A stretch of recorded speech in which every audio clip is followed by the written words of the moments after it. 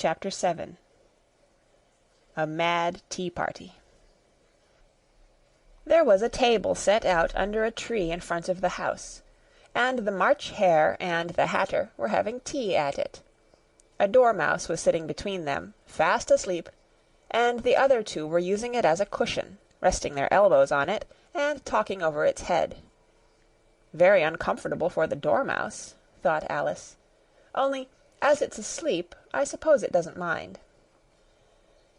The table was a large one, but the three were all crowded together at one corner of it. "No room! No room!" they cried out when they saw Alice coming. "There's plenty of room," said Alice indignantly, and she sat down in a large armchair at one end of the table. "Have some wine," the March Hare said, in an encouraging tone. Alice looked all round the table, but there was nothing on it but tea. "I don't see any wine," she remarked. "There isn't any," said the March Hare. "Then it wasn't very civil of you to offer it," said Alice angrily. "It wasn't very civil of you to sit down without being invited," said the March Hare. "I didn't know it was your table," said Alice. "It's laid for a great many more than three." "Your hair wants cutting," said the Hatter. He had been looking at Alice for some time with great curiosity, and this was his first speech. "You should learn not to make personal remarks," Alice said with some severity. "It's very rude." The Hatter opened his eyes very wide on hearing this, but all he said was, "Why is a raven like a writing-desk?" "Come, we shall have some fun now," thought Alice. "I'm glad they've begun asking riddles. I believe I can guess that," she added aloud. "Do you mean that you think you can find out the answer to it?" said the March Hare. "Exactly so," said Alice. "Then you should say what you mean," the March Hare went on. "I do," Alice hastily replied. At least, I mean what I say. That's the same thing, you know." "Not the same thing a bit," said the Hatter. "You might just as well say that I see what I eat is the same thing as I eat what I see." "You might just as well say," added the March Hare, "that I like what I get is the same thing as I get what I like." "You might just as well say," added the Dormouse, who seemed to be talking in his sleep, "that I breathe when I sleep is the same thing as I sleep when I breathe." "It is the same thing with you," said the Hatter, and here the conversation dropped, and the party sat silent for a minute while Alice thought over all she could remember about ravens and writing-desks, which wasn't much. The Hatter was the first to break the silence. "What day of the month is it?" he said, turning to Alice. He had taken his watch out of his pocket and was looking at it uneasily, shaking it every now and then, and holding it to his ear. Alice considered a little, and then said, "The 4th." "2 days wrong," sighed the Hatter. "I told you butter wouldn't suit the works," he added, looking angrily at the March Hare. "It was the best butter," the March Hare meekly replied. "Yes, but some crumbs must have got in as well," the Hatter grumbled. "You shouldn't have put it in with the bread-knife." The March Hare took the watch, and looked at it gloomily. Then he dipped it into his cup of tea, and looked at it again, but he could think of nothing better to say than his first remark. "It was the best butter, you know." Alice had been looking over his shoulder with some curiosity. "What a funny watch," she remarked. "It tells the day of the month, and doesn't tell what o'clock it is." "Why should it?" muttered the Hatter. "Does your watch tell you what year it is?" "Of course not," Alice replied, very readily. "But that's because it stays the same year for such a long time together." "Which is just the case with mine," said the Hatter. Alice felt dreadfully puzzled. The Hatter's remark seemed to have no sort of meaning in it, and yet it was certainly English. "I don't quite understand you," she said, as politely as she could. "The Dormouse is asleep again," said the Hatter, and he poured a little hot tea upon its nose. The Dormouse shook its head impatiently, and said, without opening its eyes, Of course. Just what I was going to remark myself."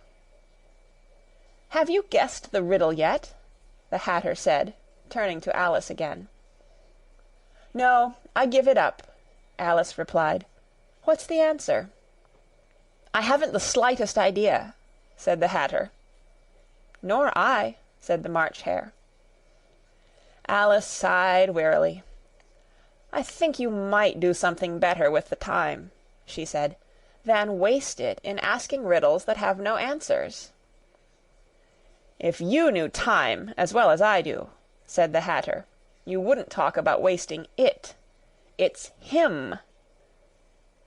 "I don't know what you mean," said Alice.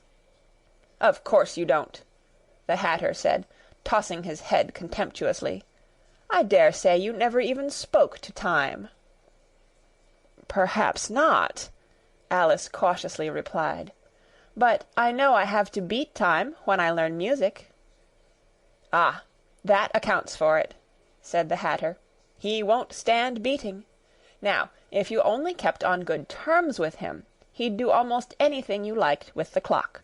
For instance, suppose it were 9 o'clock in the morning, just time to begin lessons. You'd only have to whisper a hint to time, and round goes the clock in a twinkling. 1:30, time for dinner." "I only wish it was," the March Hare said to itself in a whisper. "That would be grand, certainly," said Alice thoughtfully.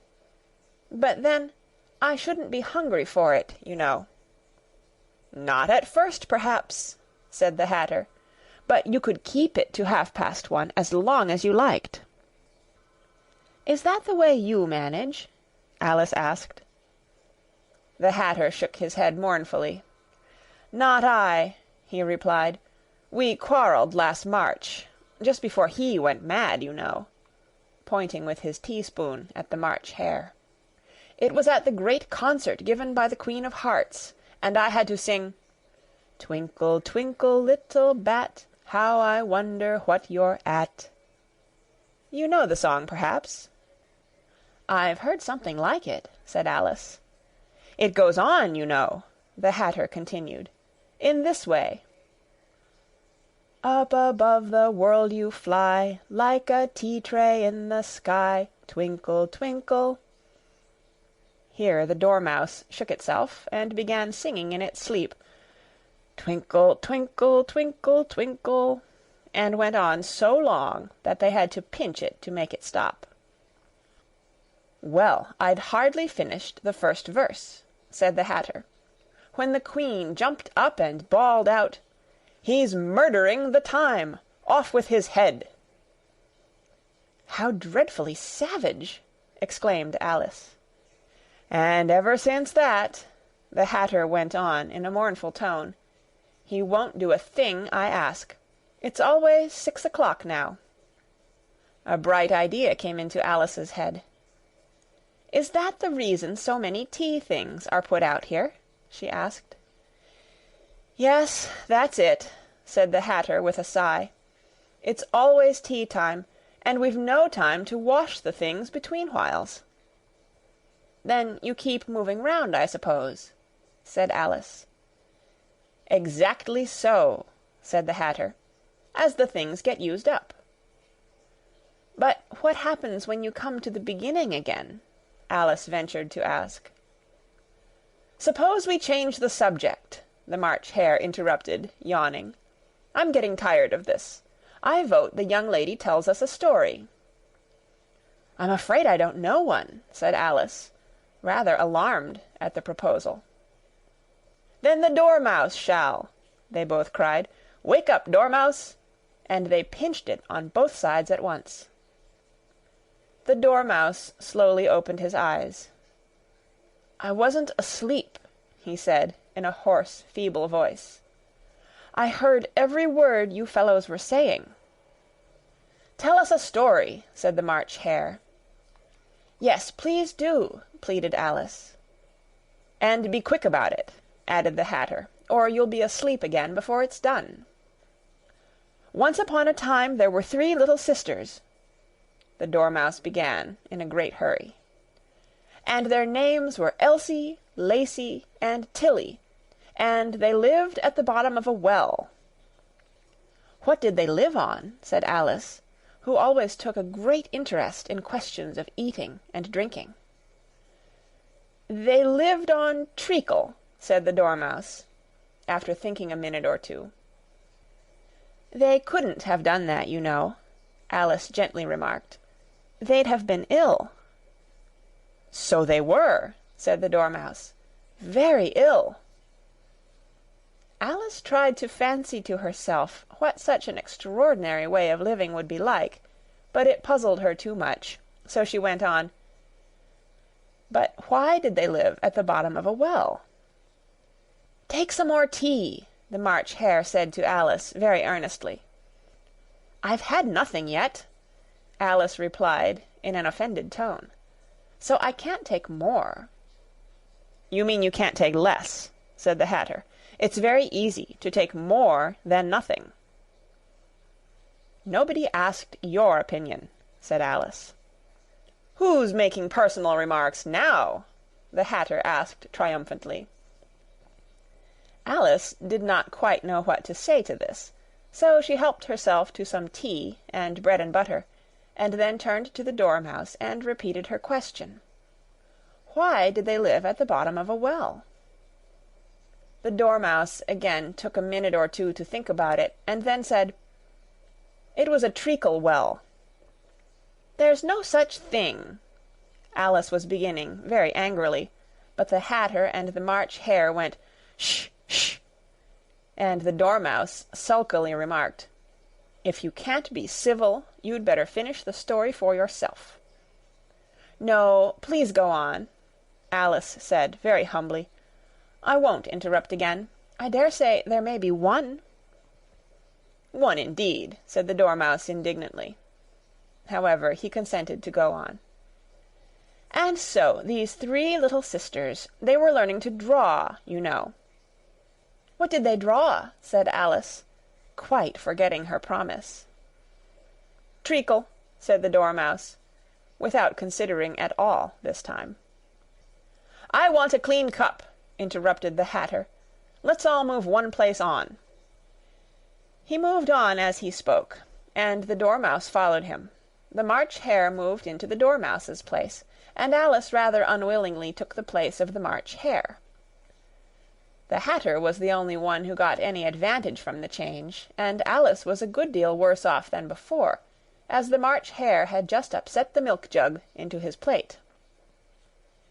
Alice did not wish to offend the Dormouse again, so she began very cautiously. "But I don't understand. Where did they draw the treacle from?" "You can draw water out of a water well," said the Hatter. "So I should think you could draw treacle out of a treacle well, eh, stupid?" "But they were in the well," Alice said to the Dormouse, not choosing to notice this last remark. "Of course they were," said the Dormouse. "Well in." This answer so confused poor Alice that she let the Dormouse go on for some time without interrupting it.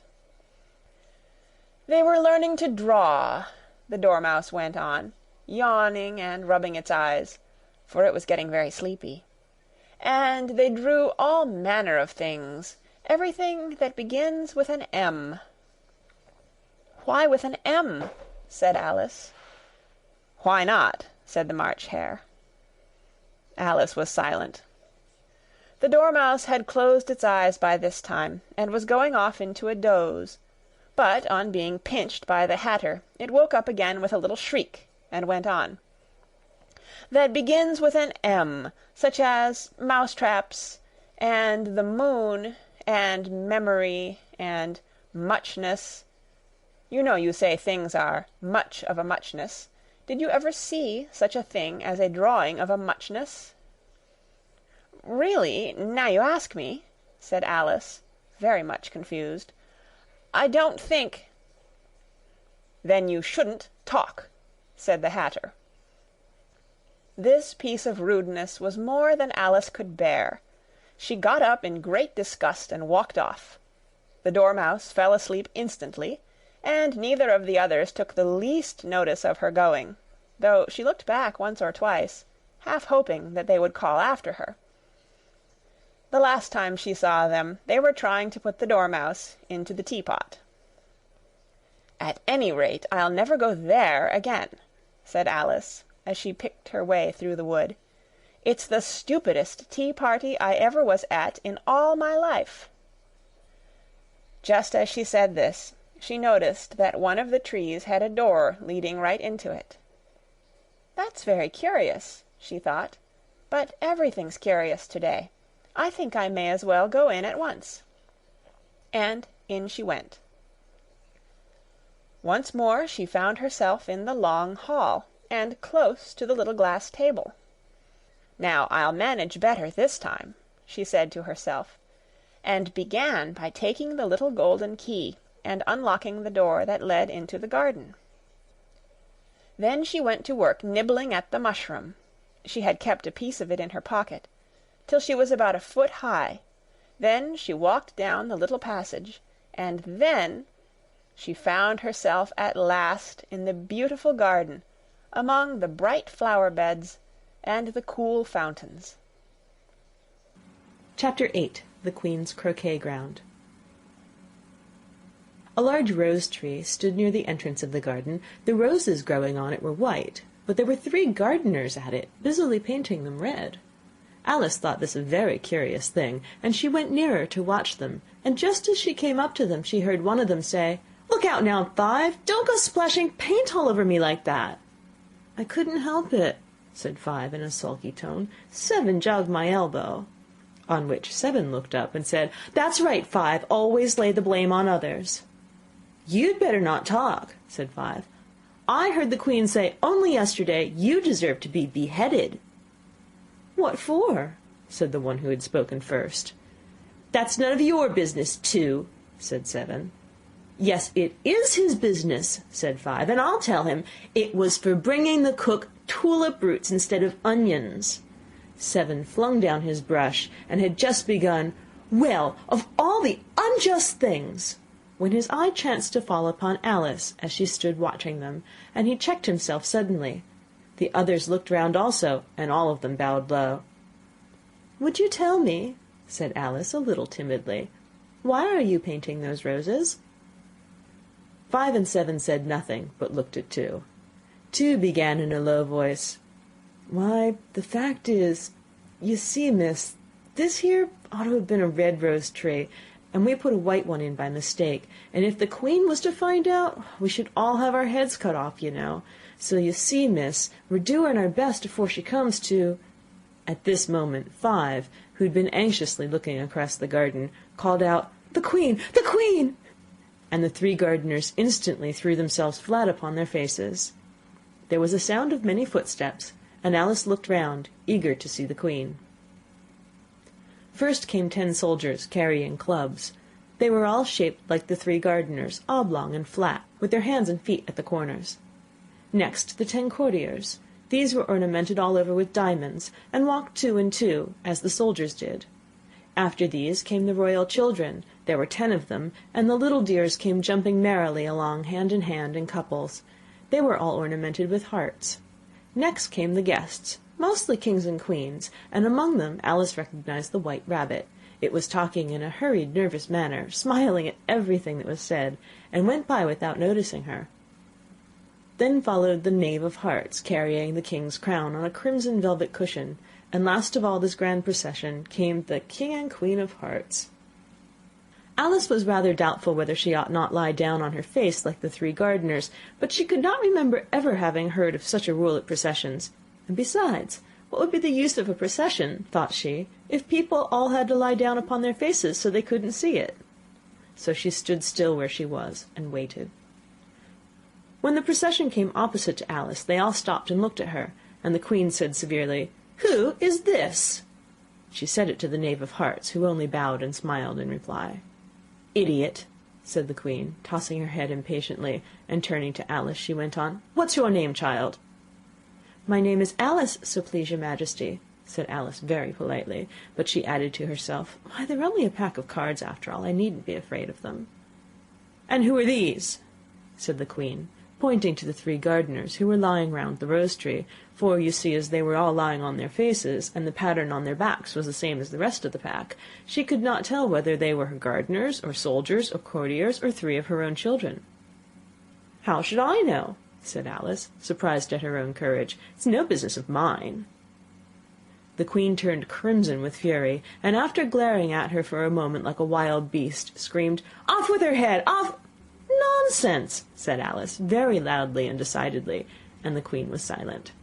The King laid his hand upon her arm, and timidly said, "Consider, my dear, she is only a child."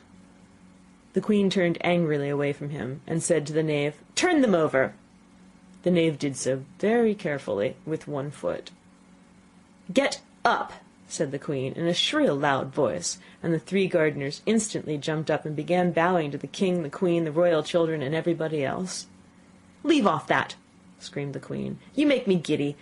And then, turning to the rose tree, she went on, "What have you been doing here?" "May it please your Majesty," said 2 in a very humble tone, going down on one knee as he spoke.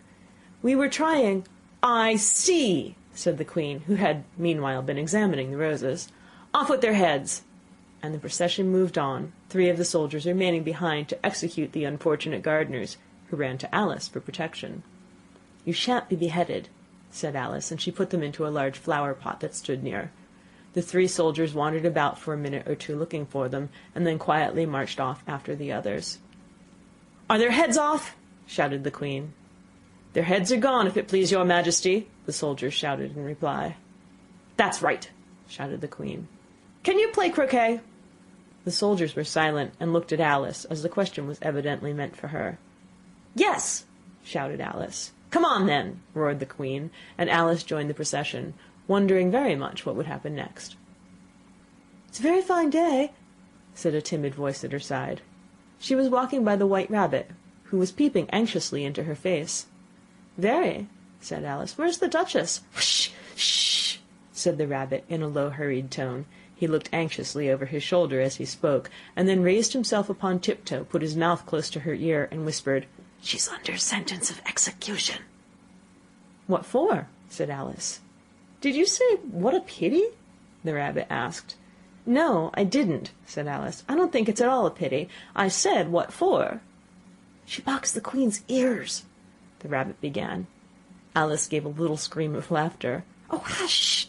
the Rabbit whispered in a frightened tone. "The Queen will hear you. You see, she came rather late, and the Queen said—" "Get to your places!" shouted the Queen in a voice of thunder, and people began running about in all directions, tumbling up against each other. However, they got settled down in a minute or 2, and the game began. Alice thought she had never seen such a curious croquet ground in her life. It was all ridges and furrows.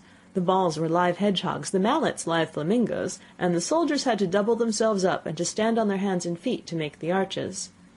The chief difficulty Alice found at first was in managing her flamingo. She succeeded in getting its body tucked away comfortably enough under her arm, with its legs hanging down, but generally, just as she got its neck nicely straightened out, and was going to give the hedgehog a blow with its head, it would twist itself round and look up in her face, with such a puzzled expression that she could not help bursting out laughing. And when she got its head down, and she was going to begin again, it was very provoking to find that the hedgehog had unrolled itself and was in the act of crawling away. Besides all this, there was generally a ridge or furrow in the way wherever she wanted to send the hedgehog to, and as the doubled-up soldiers were always getting up and walking off to other parts of the ground, Alice soon came to the conclusion that it was a very difficult game indeed. The players all played at once, without waiting for turns, quarrelling all the while, and fighting for the hedgehogs. And in a very short time the Queen was in a furious passion, and went stamping about and shouting, "Off with his head! Off with her head!" about once in a minute. Alice began to feel very uneasy. To be sure, she had not as yet had any dispute with the Queen, but she knew that it might happen any minute, and then, thought she, What would become of me? They're dreadfully fond of beheading people here. The great wonder is that there's anyone left alive." She was looking about for some way of escape, and wondering whether she could get away without being seen, when she noticed a curious appearance in the air. It puzzled her very much at first, but after watching it a minute or two, she made it out to be a grin, and she said to herself, "It's the Cheshire Cat. Now I shall have somebody to talk to." "How are you getting on?" said the cat, as soon as there was mouth enough for it to speak with. Alice waited till the eyes appeared, and then nodded. "It's no use speaking to it," she thought, "till its ears have come, or at least one of them." In another minute the whole head appeared, and then Alice put down her flamingo, and began an account of the game, feeling very glad she had someone to listen to her.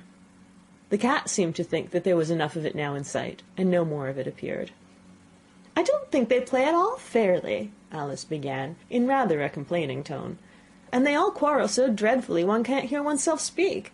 And they don't seem to have any rules in particular. At least, if there are, nobody attends to them. And you've no idea how confusing it is, all the things being alive. For instance, there's the arch I've got to go through next, walking about at the other end of the ground. And I should have croqueted the Queen's hedgehog just now, only it ran away when it saw mine coming." "How do you like the Queen?" said the cat in a low voice. "Not at all," said Alice. "She's so extremely—" Just then she noticed that the Queen was close behind her, listening, so she went on, "likely to win, that it's hardly worth while finishing the game." The Queen smiled and passed on. "Who are you talking to?" said the King, going up to Alice and looking at the cat's head with great curiosity. "It's a friend of mine, a Cheshire Cat," said Alice. "Allow me to introduce it." "I don't like the look of it at all," said the King. "However, it may kiss my hand if it likes." "I'd rather not," the cat remarked. "Don't be impertinent," said the King, "and don't look at me like that." He got behind Alice as he spoke. "A cat may look at a king," said Alice. "I've read that in some book, but I don't remember where." "Well, it must be removed," said the King very decidedly, and he called the Queen, who was passing at the moment. "My dear, I wish you would have this cat removed." The Queen had only one way of settling all difficulties, great or small. "Off with his head," she said, without even looking round. "I'll fetch the executioner myself," said the King eagerly, and he hurried off. Alice thought she might as well go back and see how the game was going on, as she heard the Queen's voice in the distance screaming with passion. She'd already heard her sentence 3 of the players to be executed for having missed their turns, and she did not like the look of things at all, as the game was in such confusion that she never knew whether it was her turn or not, so she went in search of her hedgehog. The hedgehog was engaged in a fight with another hedgehog, which seemed to Alice an excellent opportunity for croqueting one of them with the other. The only difficulty was that her flamingo was gone across to the other side of the garden, where Alice could see it trying in a helpless sort of way to fly up into a tree. By the time she had caught the flamingo and brought it back, the fight was over, and both the hedgehogs were out of sight. "But it doesn't matter much," thought Alice, "as all the arches are gone from this side of the ground." So she tucked it away under her arm, that it might not escape again, and went back for a little more conversation with her friend. When she got back to the Cheshire Cat, she was surprised to find quite a large crowd collected around it. There was a dispute going on between the executioner, the King, and the Queen, who were all talking at once, while all the rest were quite silent and looked very uncomfortable. The moment Alice appeared, she was appealed to by all three to settle the question, and they repeated their arguments to her, though, as they all spoke at once, she found it very hard indeed to make out exactly what they said. The executioner's argument was, you couldn't cut off a head unless there was a body to cut it off from, that he had never had to do such a thing before, and he wasn't going to begin at his time of life. The King's argument was, that anything that had a head could be beheaded, and that you weren't to talk nonsense. The Queen's argument was, that if something wasn't done about it in less than no time, she'd had everybody executed all around. It was this last remark that had made the whole party look so grave and anxious. Alice could think of nothing else to say, but, "It belongs to the Duchess, you'd better ask her about it." "She's in prison," the Queen said to the executioner. "Fetch her here," and the executioner went off like an arrow. The cat's head began fading away the moment he was gone, and by the time he had come back with the Duchess, it had entirely disappeared, so the King and the executioner ran wildly up and down looking for it, while the rest of the party went back to the game. Chapter 9. The Mock Turtle's Story. "You can't think how glad I am to see you again, you dear old thing," said the Duchess, as she tucked her arm affectionately into Alice's, and they walked off together. Alice was very glad to find her in such a pleasant temper, and thought to herself that perhaps it was only the pepper that had made her so savage when they met in the kitchen. "When I'm a duchess," she said to herself, not in a very hopeful tone, though, "I won't have any pepper in my kitchen at all. Soup does very well without. Maybe it's always pepper that makes people hot-tempered," she went on, very much pleased at having found out a new kind of rule. "And vinegar that makes them sour, and chamomile that makes them bitter, and barley sugar and such things that make children sweet-tempered. I only wish people knew that. Then they wouldn't be so stingy about it, you know." She had quite forgotten the Duchess by this time, and was a little startled when she heard her voice close to her ear. "You're thinking about something, my dear, and that makes you forget to talk. I can't tell you just now what the moral of that is, but I shall remember it in a bit." "Perhaps it hasn't one," Alice ventured to remark. "Tut, tut, child," said the Duchess. "Everything's got a moral, if only you can find it." And she squeezed herself up closer to Alice's side as she spoke. Alice did not much like keeping so close to her. First, because the Duchess was very ugly, and secondly, because she was exactly the right height to rest her chin upon Alice's shoulder, and it was an uncomfortably sharp chin. However, she did not like to be rude, so she bore it as well as she could. "The game's going on rather better now," she said, by way of keeping up the conversation a little. "'Tis so," said the Duchess, "and the moral of that is, oh, 'tis love that makes the world go round." "Somebody said," Alice whispered, "that it's done by everybody minding their own business." Well, it means much the same thing," said the Duchess, digging her sharp little chin into Alice's shoulder, as she added, "and the moral of that is, take care of the sense, and the sounds will take care of themselves." How fond she is of finding morals in things, Alice thought to herself. "I dare say you're wondering why I don't put my arm round your waist," the Duchess said after a pause. "The reason is that I'm doubtful about the temper of your flamingo. Shall I try the experiment?" "He might bite," Alice cautiously replied, not feeling at all anxious to have the experiment tried.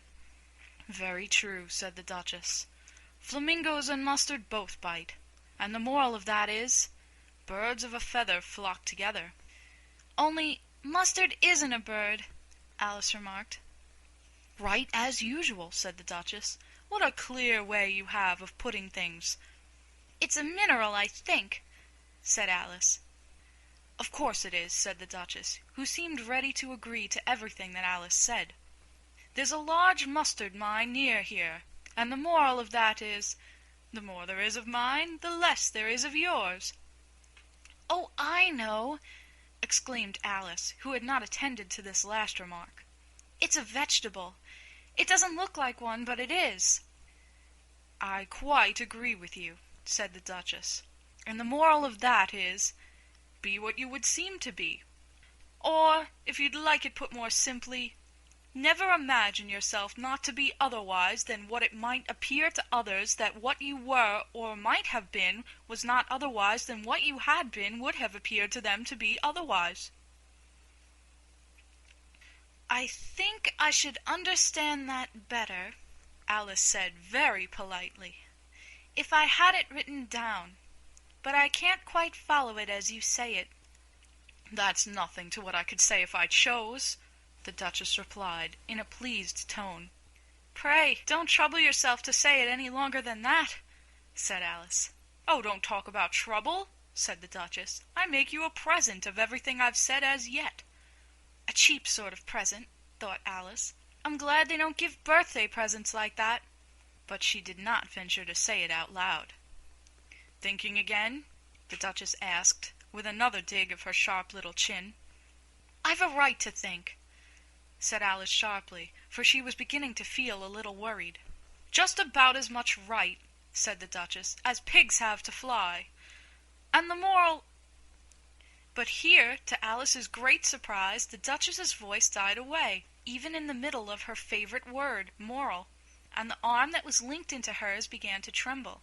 Alice looked up, and there stood the Queen in front of them, with her arms folded, frowning like a thunderstorm. "A fine day, your Majesty," the Duchess began in a low, weak voice.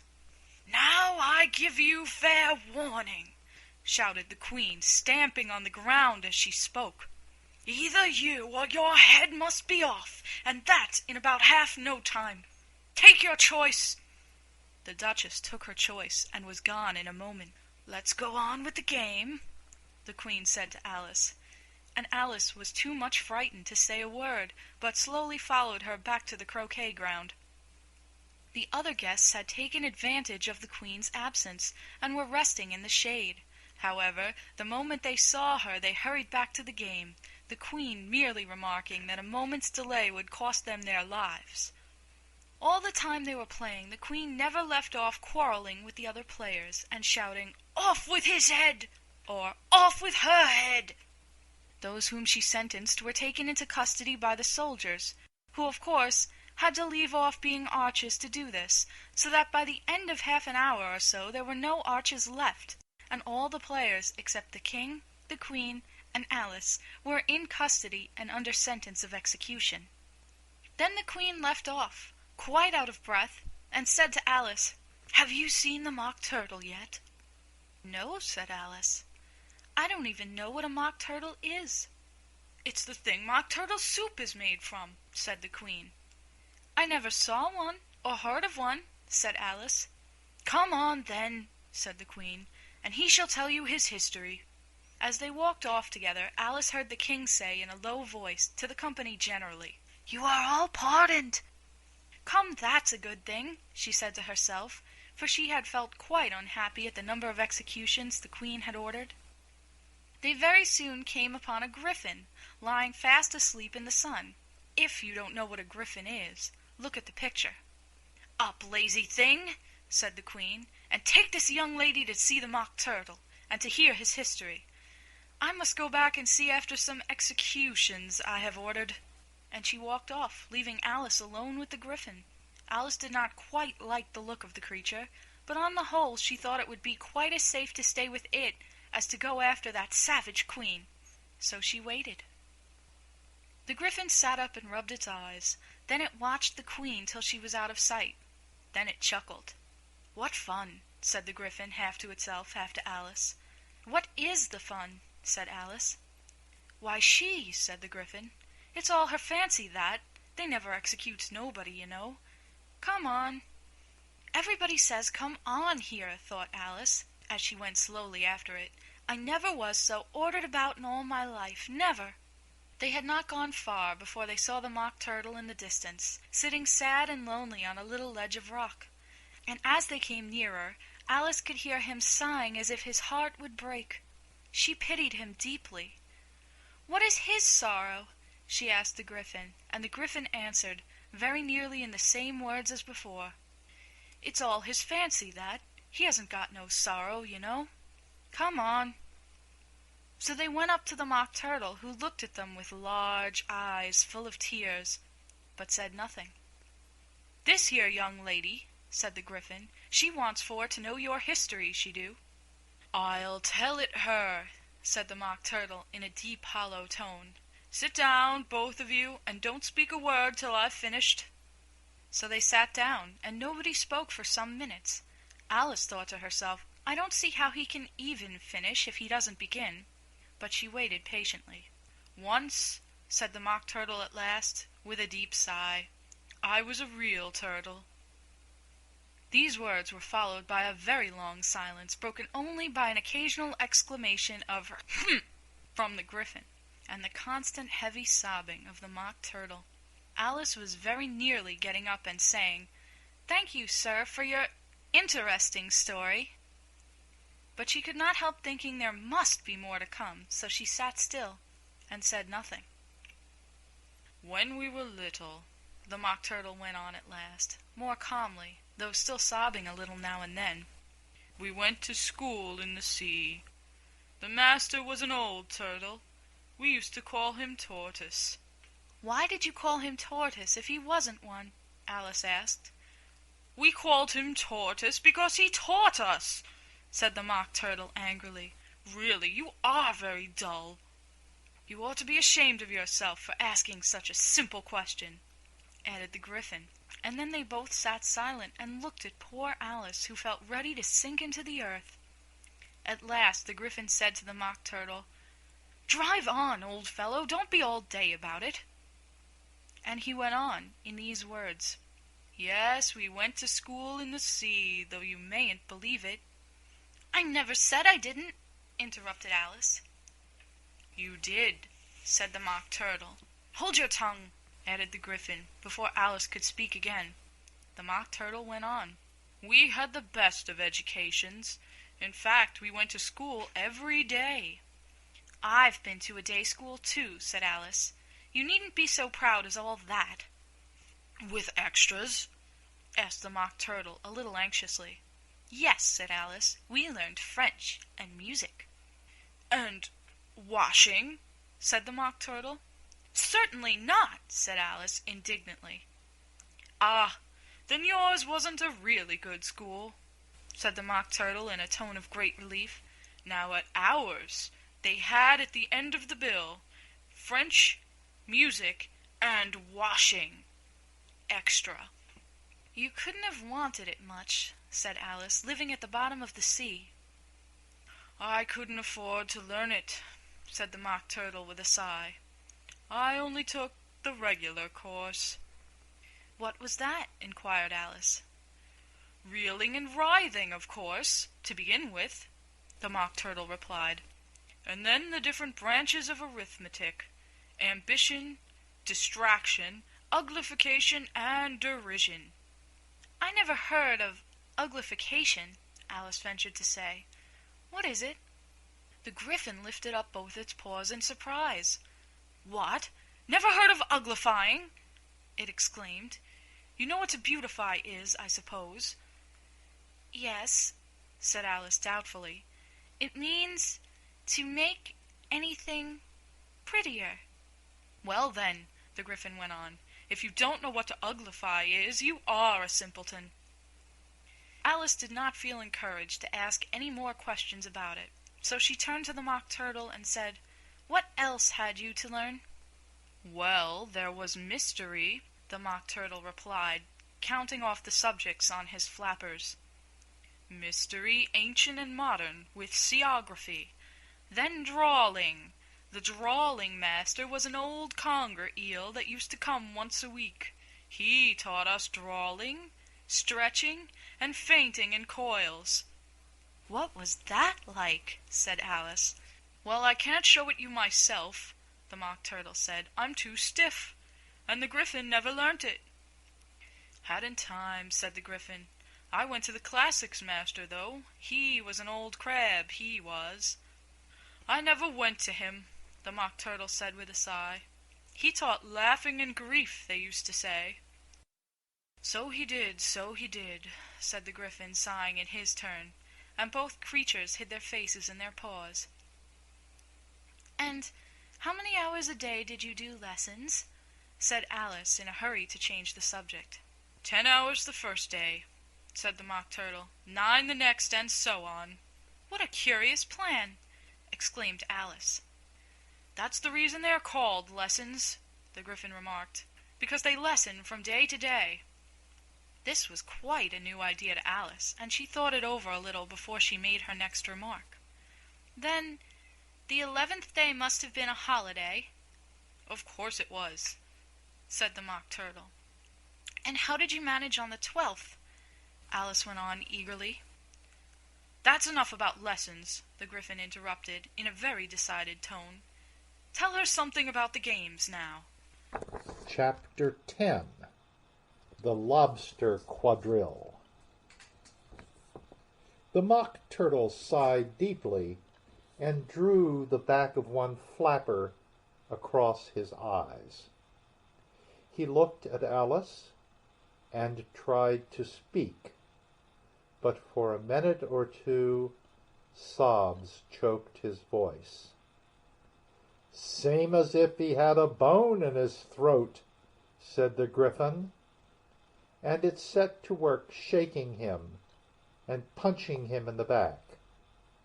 At last the Mock Turtle recovered his voice, and, with tears running down his cheeks, he went on again. "You may not have lived much under the sea." "I haven't," said Alice. "And perhaps you were never even introduced to a lobster." Alice began to say, "I once tasted," but checked herself hastily and said, "No, never." "So you can have no idea what a delightful thing a lobster quadrille is." "No, indeed," said Alice. "What sort of a dance is it?" "Why," said the Gryphon, "you first form into a line along the seashore." "Two lines!" cried the Mock Turtle. "Seals, turtles, salmon, and so on. Then, when you've cleared all the jellyfish out of the way—" "That generally takes some time," interrupted the Gryphon. "You advance twice, each with a lobster as a partner," cried the Gryphon. "Of course," the Mock Turtle said. "Advance twice, set to partners. Change lobsters and retire in the same order," continued the Gryphon. "Then, you know," the Mock Turtle went on, "you throw the—" "The lobsters!" shouted the Gryphon, with a bound into the air. "As far out to sea as you can." "Swim after them!" screamed the Gryphon. "Turn a somersault in the sea!" cried the Mock Turtle, capering wildly about. "Change lobsters again!"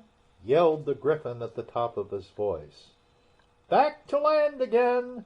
And that's all the first figure," said the Mock Turtle, suddenly dropping his voice, and the two creatures, who had been jumping about like mad things all this time, sat down again very sadly and quietly, and looked at Alice. "It must be a very pretty dance," said Alice timidly. "Would you like to see a little of it?" said the Mock Turtle. "Very much indeed," said Alice. "Come, let's try the first figure," said the Mock Turtle to the Gryphon. "We can do without lobsters, you know. Which shall sing?" "Oh, you sing," said the Gryphon. "I've forgotten the words." So they began solemnly dancing around and round Alice, every now and then treading on her toes when they passed too close, and waving their forepaws to mark the time, while the Mock Turtle sang this very slowly and sadly. "Will you walk a little faster?" said a whiting to a snail. "There's a porpoise close behind us, and he's treading on my tail. See how eagerly the lobsters and the turtles all advance. They are waiting on the shingle. Will you come and join the dance? Will you, won't you, will you, won't you, will you join the dance? Will you, won't you, will you, won't you, Won't you join the dance? You can really have no notion how delightful it will be when they take us up and throw us, with the lobsters, out to sea." But the snail replied, "Too far, too far," and gave a look askance. Said he thanked the whiting kindly, but he would not join the dance. Would not, could not, would not, could not, would not join the dance.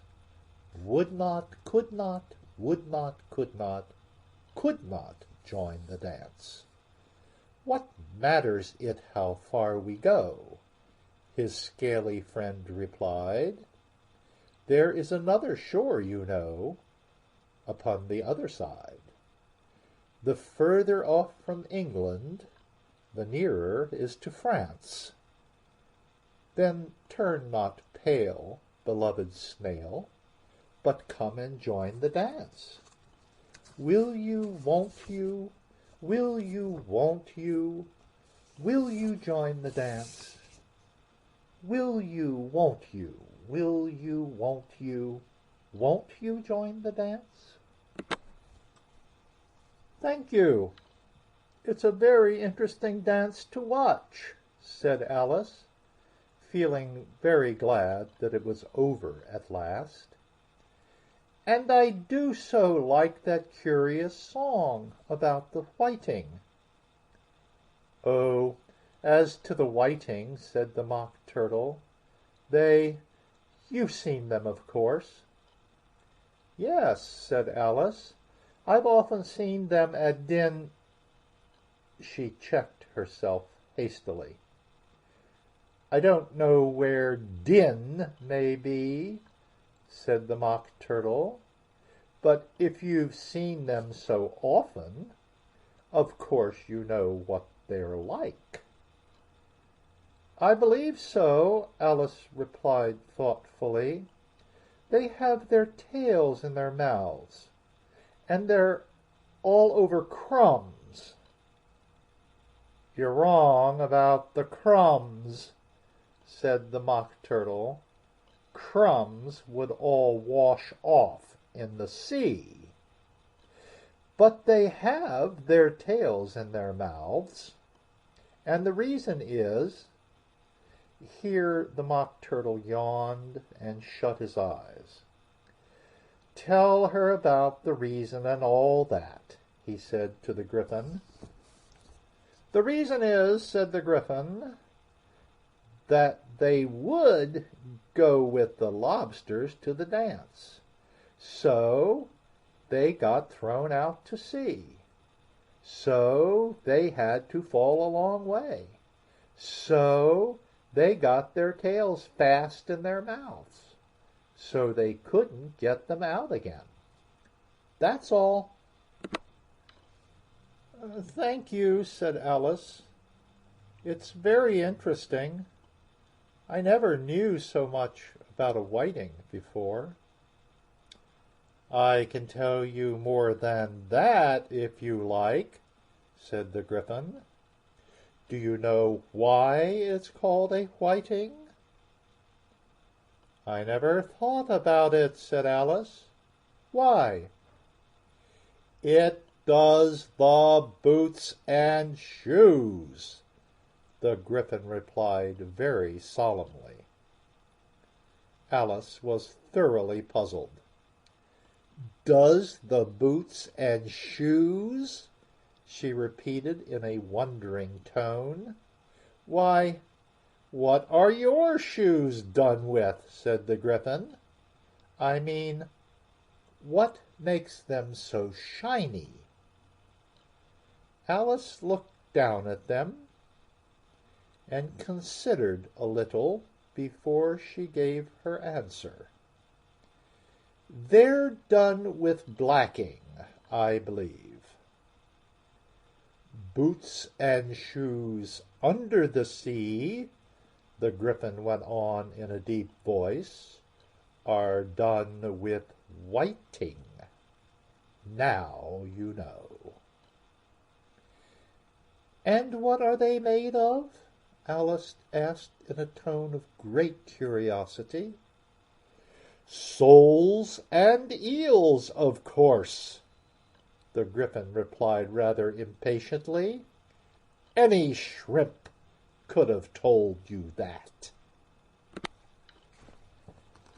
"If I'd been the whiting," said Alice, whose thoughts were still running on the song, "I'd have said to the porpoise, 'Keep back, please. We don't want you with us.'" They were obliged to have him with them, the Mock Turtle said. No wise fish would go anywhere without a porpoise. "Wouldn't it really?" said Alice in a tone of great surprise. "Of course not," said the Mock Turtle. "Why, if a fish came to me and told me he was going on a journey, I would say, 'With what porpoise?'" "Don't you mean purpose?" said Alice. "I mean what I say," the Mock Turtle replied in an offended tone. And the Gryphon added, "Come, let's hear some of your adventures." "I could tell you my adventures beginning from this morning," said Alice a little timidly, "but it's no use going back to yesterday, because I was a different person then." "Explain all that?" said the Mock Turtle. "No, no, the adventures first," said the Gryphon in an impatient tone. "Explanations take such a dreadful time."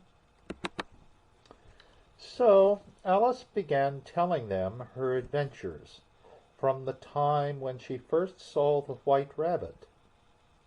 She was a little nervous about it just at first. The two creatures got so close to her, one on each side, and opened their eyes and mouths so very wide.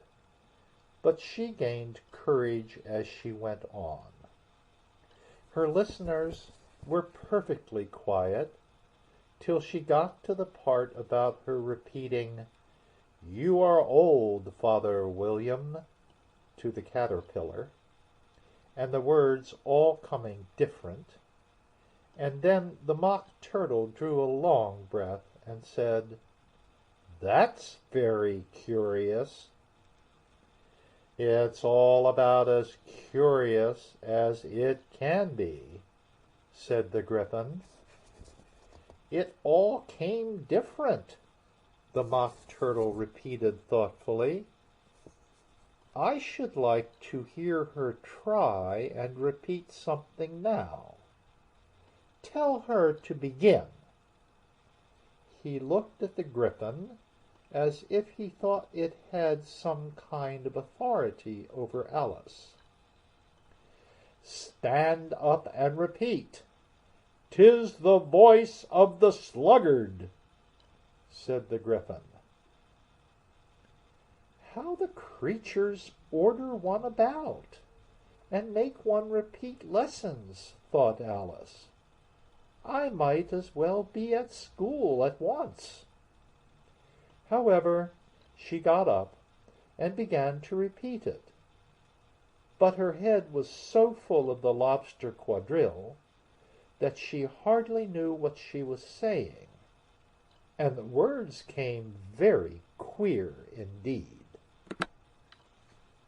"'Tis the voice of the lobster," I heard him declare. "You have baked me too brown. I must sugar my hair. As a duck with its eyelids, so he with his nose trims his belt and his buttons, and turns out his toes." When the sands are all dry, he is gay as a lark, and will talk in contemptuous tones of the shark. But when the tide rises and sharks are around, his voice has a timid and tremulous sound. "That's different from what I used to say when I was a child," said the Gryphon. "Well, I never heard it before," said the Mock Turtle, "but it sounds uncommon nonsense." Alice said nothing. She had sat down with her face in her hands, wondering if anything would ever happen in a natural way again. "I should like to have it explained," said the Mock Turtle. "She can't explain it," said the Gryphon hastily. "Go on with the next verse." "But about his toes," the Mock Turtle persisted. "How could he turn them out with his nose, you know?" "It's the first position in dancing," Alice said, but was dreadfully puzzled by the whole thing, and longed to change the subject. "Go on with the next verse," the Gryphon repeated impatiently. "It begins, 'I passed by his garden.'" Alice did not dare to disobey, though she felt sure it would all come wrong, and she went on in a trembling voice. "I passed by his garden and marked with one eye how the owl and the panther were sharing a pie. The panther took pie crust and gravy and meat, while the owl had the dish as its share of the treat.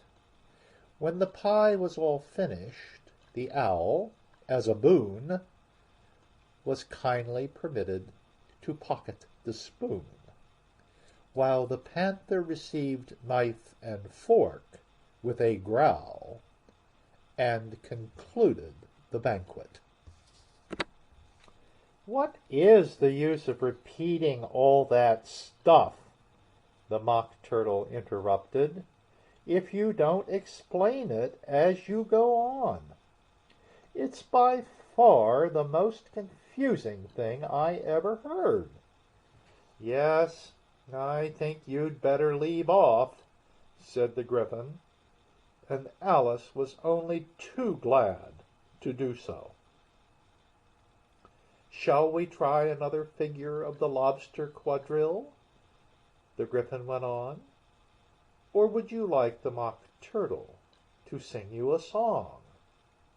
"Oh, a song, please, if the Mock Turtle would be so kind," Alice replied, so eagerly that the Gryphon said in a rather offended tone,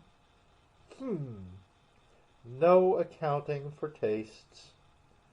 Sing her turtle soup, will you, old fellow?" The Mock Turtle sighed deeply, and began, in a voice sometimes choked with sobs, to sing this: "Beautiful soup, so rich and green, waiting in a hot tureen. Who for such dainties would not stoop? Soup of the evening, beautiful soup. Soup of the evening, beautiful soup. Beautiful soup. Beautiful soup. Soup of the evening, beautiful, beautiful soup. Beautiful soup. Who cares for fish, game, or any other dish? Who would not give all else for 2 pennyworth only of beautiful soup? Pennyworth only of beautiful soup. Beautiful soup. Beautiful soup. Soup of the evening. Beautiful, beautiful soup. Chorus again, cried the Gryphon, and the Mock Turtle had just begun to repeat it, when a cry of, "The trial's beginning!" was heard in the distance. "Come on!" cried the Gryphon, and, taking Alice by the hand, it hurried off, without waiting for the end of the song. "What trial is it?" Alice panted as she ran. But the Gryphon only answered, "Come on!" and ran the faster, while more and more faintly came, carried on the breeze that followed them, the melancholy words, "Soup of the evening, beautiful, beautiful soup." Chapter 11. The King and Queen of Hearts were seated on their throne when they arrived, with a great crowd assembled about them, all sorts of little birds and beasts, as well as a whole pack of cards. The knave was standing before them in chains, with a soldier on each side to guard him, and near the king was the white rabbit, with a trumpet in one hand and a scroll of parchment in the other. In the very middle of the court was a table, with a large dish of tarts upon it. They looked so good that it made Alice quite hungry to look at them. "I wish they'd get the trial done," she thought, "and hand round the refreshments." But there seemed to be no chance of this, so she began looking at everything about her to pass away the time. Alice had never been in a court of justice before, but she had read about them in books, and she was quite pleased to find that she knew the name of nearly everything there. "That's the judge," she said to herself, "because of his great wig." The judge, by the way, was the king, and as he wore his crown over the wig, he did not look at all comfortable, and it was certainly not becoming. "And that's the jury box," thought Alice, "and those 12 creatures," she was obliged to say creatures, you see, because some of them were animals and some were birds, "I suppose they are the jurors." She said this last word 2 or 3 times over to herself, being rather proud of it, for she thought, and rightly too, that very few little girls of her age knew the meaning of it at all. However, jurymen would have done just as well. The 12 jurors were all writing very busily on slates. "What are they doing?" Alice whispered to the Gryphon. "They can't have anything to put down yet, before the trial's begun." "They're putting down their names," the Gryphon whispered in reply, "for fear that they should forget them before the end of the trial." "Stupid things!" Alice began in a loud, indignant voice, but she stopped hastily, for the white rabbit cried out, "Silence in the court!" and the king put on his spectacles and looked anxiously round to make out who was talking. Alice could see, as well as if she were looking over their shoulders, that all the jurors were writing down "stupid things" on their slates, and she could even make out that one of them didn't know how to spell stupid, and that he had to ask his neighbor to tell him. "A nice muddle their slates'll be in before the trial's over," thought Alice. One of the jurors had a pencil that squeaked. This, of course, Alice could not stand, and she went round the court and got behind him, and very soon found an opportunity of taking it away. She did it so quickly that the poor little juror, it was Bill the lizard, could not make out at all what had become of it, so, after hunting all about for it, he was obliged to write with one finger for the rest of the day, and this was of very little use, as it left no mark on the slate. "Herald, read the accusation," said the king. On this the white rabbit blew 3 blasts on the trumpet, and then unrolled the parchment scroll and read as follows. "The Queen of Hearts, she made some tarts, all on a summer day. The Knave of Hearts, he stole those tarts, and took them quite away." "Consider your verdict," the king said to the jury. "Not yet, not yet," the rabbit hastily interrupted. "There's a great deal to come before that." "Call the first witness," said the king, and the White Rabbit blew 3 blasts on the trumpet and called out, "First witness." The first witness was the Hatter. He came in with a teacup in one hand and a piece of bread and butter in the other. "I beg pardon, your majesty," he began, "for bringing these in, but I hadn't quite finished my tea when I was sent for." "You ought to have finished," said the king. "When did you begin?" The Hatter looked at the March Hare, who had followed him into the court, arm in arm with the Dormouse. 14th of March, I think it was," he said. 15th, said the March Hare. 16th, added the Dormouse. "Write that down," the king said to the jury, and the jury eagerly wrote down all 3 dates on their slates, and then added them up and reduced the answer to shillings and pence. "Take off your hat," the king said to the Hatter. "It isn't mine," said the Hatter. "Stolen!" the king exclaimed, turning to the jury, who instantly made a memorandum of the fact.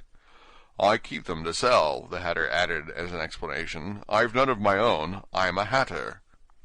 Here the queen put on her spectacles and began staring at the Hatter, who turned pale and fidgeted. "Give your evidence," said the king, "and don't be nervous, or I'll have you executed on the spot." This did not seem to encourage the witness at all. He kept shifting from one foot to the other, looking uneasily at the queen, and in his confusion he bit a large piece out of his teacup instead of the bread and butter. Just at this moment Alice felt a very curious sensation, which puzzled her a good deal until she made out what it was. She was beginning to grow larger again, and she thought at first she would get up and leave the court, but on second thoughts she decided to remain where she was as long as there was room for her. "I wish you wouldn't squeeze so," said the Dormouse, who was sitting next to her. "I can hardly breathe." "I can't help it," said Alice very meekly. "I'm growing." "You've no right to grow here," said the Dormouse. "Don't talk nonsense," said Alice more boldly. "You know you're growing too." "Yes, but I grow at a reasonable pace," said the Dormouse, "not in that ridiculous fashion." And he got up very sulkily and crossed over to the other side of the court. All this time the queen had never left off staring at the Hatter, and just as the Dormouse crossed the court, she said to one of the officers of the court, "Bring me the list of the singers in the last concert," on which the wretched Hatter trembled so that he shook both his shoes off. "Give your evidence," the king repeated angrily, "or I'll have you executed, whether you're nervous or not." "I'm a poor man, your majesty," the Hatter began in a trembling voice, "and I hadn't begun my tea. Not above a week or so, and what with the bread and butter getting so thin, and the twinkling of the tea—" "The twinkling of the what?" said the king. "It begun with the tea," the Hatter replied. "Of course twinkling begins with the tea," said the king sharply. "Do you take me for a dunce? Go on." "I'm a poor man," the Hatter went on, "and most things twinkled after that, only the March Hare said—" "I didn't," the March Hare interrupted in a great hurry. "You did," said the Hatter. "I deny it," said the March Hare. "He denies it," said the king. "Leave out that part." "Well, at any rate, the Dormouse said," the Hatter went on, looking anxiously round to see if he would deny it too, but the Dormouse denied nothing, being fast asleep. "After that," continued the Hatter, "I cut some more bread and butter." "But what did the Dormouse say?" one of the jury asked. "That I can't remember," said the Hatter. "You must remember," remarked the king, "or I'll have you executed." The miserable Hatter dropped his teacup and bread and butter and went down on one knee. "I'm a poor man, your majesty," he began. "You're a very poor speaker," said the king. Here one of the guinea pigs cheered, and was immediately suppressed by the officers of the court. As that is rather a hard word, I will just explain to you how it was done. They had a large canvas bag, which tied up at the mouth with strings. Into this they slipped the guinea pig head first, and then sat upon it. "I'm glad I've seen that done," thought Alice.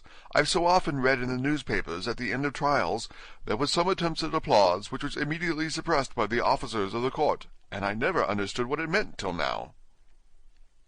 "If that's all you know about it, you may stand down," continued the king. "I can't go no lower," said the Hatter. "I'm on the floor as it is." "Then you may sit down," the king replied. Here the other guinea pig cheered, and was suppressed. "Come, that finished the guinea pigs," thought Alice. "Now we shall get on better." "I'd rather finish my tea," said the Hatter, with an anxious look at the queen, who was reading the list of singers. "You may go," said the king, and the Hatter hurriedly left the court without even waiting to put his shoes on. "And just take his head off outside," the Queen added to one of the officers, but the Hatter was out of sight before the officer could get to the door. "Call the next witness," said the King. The next witness was the Duchess's cook. She carried the pepper box in her hand, and Alice guessed who it was, even before she got into the court, by the way the people near the door began sneezing all at once. "Give your evidence," said the King. "Sant," said the cook.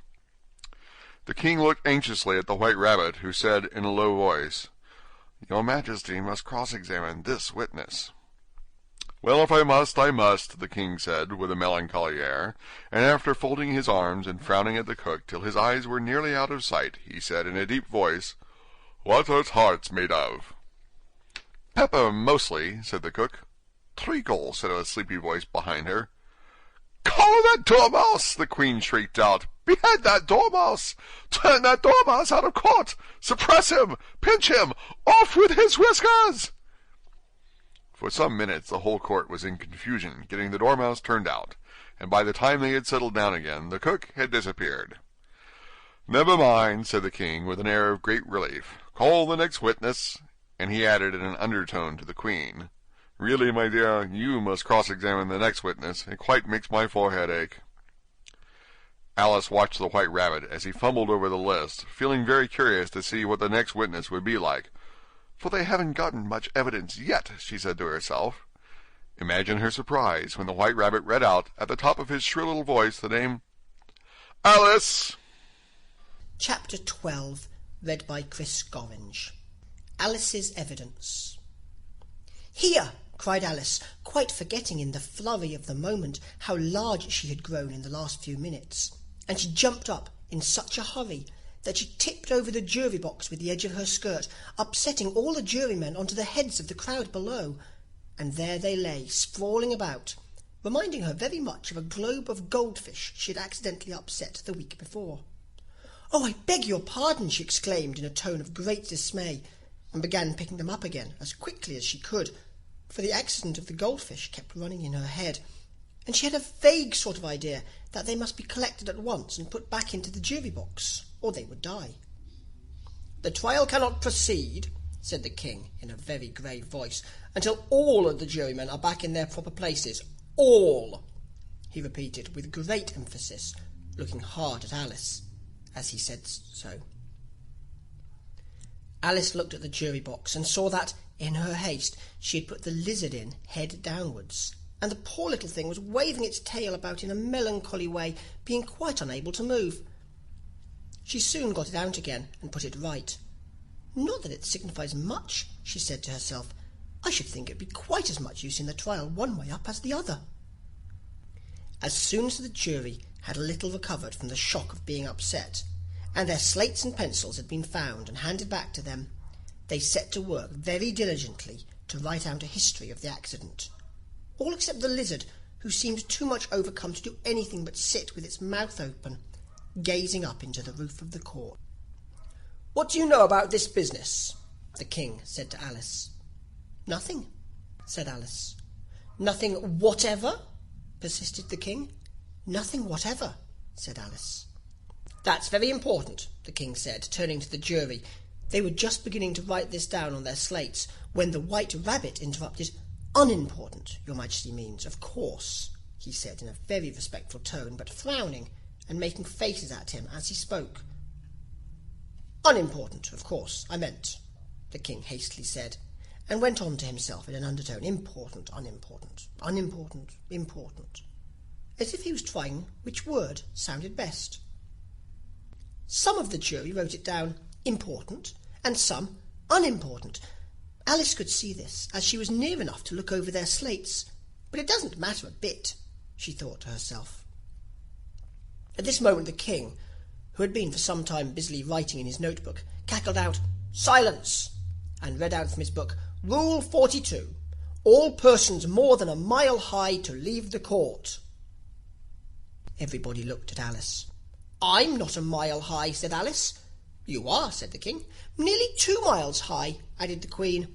"Well, I shan't go, at any rate," said Alice. "Beside, that's not a regular rule. You invented it just now." "It's the oldest rule in the book," said the King. "Then it ought to be number 1," said Alice. The king turned pale and shut his notebook hastily. "Consider your verdict," he said to the jury, in a low, trembling voice. "There's more evidence to come yet, please your majesty," said the White Rabbit, jumping up in a great hurry. "This paper has just been picked up." "What's in it?" said the queen. "I haven't opened it yet," said the White Rabbit, "but it seems to be a letter, written by the prisoner to somebody." "It must have been that," said the king, "unless it was written to nobody, which isn't usual, you know." "Who is it directed to?" said one of the jurymen. "It isn't directed at all," said the white letter. "In fact, there's nothing written on the outside." He unfolded the paper as he spoke and added, "It isn't a letter after all. It's a set of verses." "Are they in the prisoner's handwriting?" asked another of the jurymen. "No, they're not," said the White Rabbit, "and that's the queerest thing about it." The jury all looked puzzled. "He must have imitated somebody else's hand," said the king. The jury all brightened up again. "Please your majesty," said the knave, "I didn't write it, and they can't prove I did. There's no name signed at the end." "If you didn't sign it," said the king, "that only makes the matter worse. You must have meant some mischief, or else you'd have signed your name like an honest man." There was a general clapping of hands at this. It was the first really clever thing the king had said that day. "That proves his guilt," said the queen. "It proves nothing of the sort," said Alice. "Why, you don't even know what they're about." "Read them," said the king. The White Rabbit put on his spectacles. "Where shall I begin, please your majesty?" he asked. "Begin at the beginning," the king said gravely, "and go on till you come to the end, then stop." These were the verses the White Rabbit read. "They told me you had been to her, and mentioned me to him. She gave me a good character, but said I could not swim. He sent them word I had not gone. We know it to be true. If she would push the matter on, what would become of you? I gave her one, they gave him two. You gave us three or more. They all returned from him to you, though they were mine before. If I or she should chance to be involved in this affair, he trusts to you to set them free, exactly as we were. My notion was that you had been, before she had this fit, an obstacle that came between him and ourselves and it. Don't let him know she liked them best, for this must ever be a secret kept from all the rest, between yourself and me." "That's the most important piece of evidence we've heard yet," said the king, rubbing his hands. "And now let the jury, if any one of them can explain it," said Alice. She had grown so large in the last few minutes that she wasn't a bit afraid of interrupting him. "I'll give him 6pence. I don't believe there's an atom of meaning in it." The jury all wrote this down on their slates. She doesn't believe there's an atom of meaning in it. But none of them attempted to explain the paper. "If there's no meaning in it," said the king, "that saves a world of trouble, you know, as we needn't try to find any. And yet I don't know," he went on, spreading out the verses on his knee, and looking at them all with one eye. "I seem to see some meaning in them, after all. Said I could not swim. You can't swim, can you?" he added, turning to the knave. The knave shook his head sadly.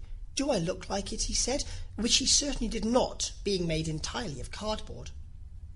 "All right so far," said the king, and he went on muttering over the verses to himself. "We know it to be true," that's the jury, of course.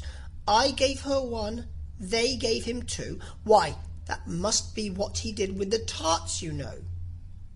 "But it goes on, they all returned from him to you," said Alice. "Why, there they are," said the king triumphantly, pointing to the tarts on the table. "Nothing can be clearer than that. Then again, before she had this fit. You never had fits, my dear, I think," he said to the queen. "Never," said the queen furiously, throwing an inkstand at the lizard as she spoke. The unfortunate little Bill had left off writing on his slate with one finger, as he found it made no mark, but he now hastily began again, using the ink that was trickling down his face, as long as it lasted. "Then the words don't fit you," said the king, looking round the court with a smile. There was a dead silence. "It's a pun," the king added in an offended tone, and everybody laughed. "Let the jury consider their verdict," the king said, for about the 20th time that day. "No, no," said the queen. "Sentence first, verdict afterwards." "Stuff and nonsense," said Alice loudly. "The idea of having the sentence first." "Hold your tongue," said the queen, turning purple. "I won't," said Alice. "Off with her head," the queen shouted at the top of her voice. Nobody moved. "Who cares for you?" said Alice. She had grown to her full size by this time. "You're nothing but a pack of cards." At this the whole pack rose up into the air and came flying down upon her. She gave a little scream, half of fright and half of anger, and tried to beat them off, and found herself lying on the bank, with her head in the lap of her sister, who was gently brushing away some dead leaves that had fluttered down from the tree upon her face. "Wake up, Alice dear," said her sister. "Why, what a long sleep you've had." "Oh, I've had such a curious dream," said Alice. And she told her sister, as well as she could remember them, all these strange adventures of hers that you have just been reading about. And when she had finished, her sister kissed her and said, "It was a curious dream, dear, certainly. But now run into your tea. It's getting late." So Alice got up and ran off, thinking while she ran, as well she might, what a wonderful dream it had been. But her sister sat still, just as she left her, leaning her head on her hand, watching the setting sun, and thinking of little Alice, and all her wonderful adventures, till she too began dreaming after a fashion. And this was her dream. First she dreamed of little Alice herself, and once again the tiny hands were clasped upon her knee, and the bright eager eyes were looking up into hers, and she could hear the very tones of her voice, and see that queer little toss of her head to keep back the wandering hair that would always get into her eyes. And still, as she listened, or seemed to listen, the whole place around her became alive, the strange creatures of her little sister's dream. The long grass rustled at her feet as the white rabbit hurried by. The frightened mouse splashed his way through the neighbouring pool. She could hear the rattle of the teacups as the March Hare and his friends shared their never-ending meal, and the shrill voice of the queen ordering off her unfortunate guests to execution. Once more the pig baby was sneezing on the Duchess's knee, while plates and dishes crashed around it. Once more the shriek of the griffin, the squealing of the lizard's slate pencil, and the choking of the suppressed guinea pigs filled the air, mixed up with the distant sobs of the miserable mock turtle. So she sat on, with closed eyes, and half believed herself in Wonderland, though she knew she had but to open them again, and all would change to dull reality. The grass would be only rustling in the wind, and the pool rippling to the waving of the reeds. The rattling teacups would change to tinkling sheep bells, and the queen's shrill cries to the voice of the shepherd boy.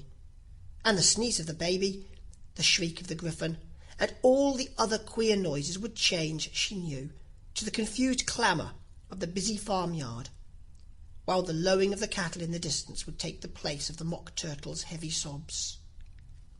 Lastly, she pictured to herself how this same little sister of hers would, in the after-time, be herself a grown woman, and how she would keep, through all her riper years, the simple and loving heart of her childhood, and how she would gather about her other little children, and make their eyes bright and eager with many a strange tale, perhaps even with the dream of Wonderland of long ago, and how she would feel with all their simple sorrows, and find a pleasure in all their simple joys, remembering her own child life and the happy summer days. This is the end of Alice's Adventures in Wonderland.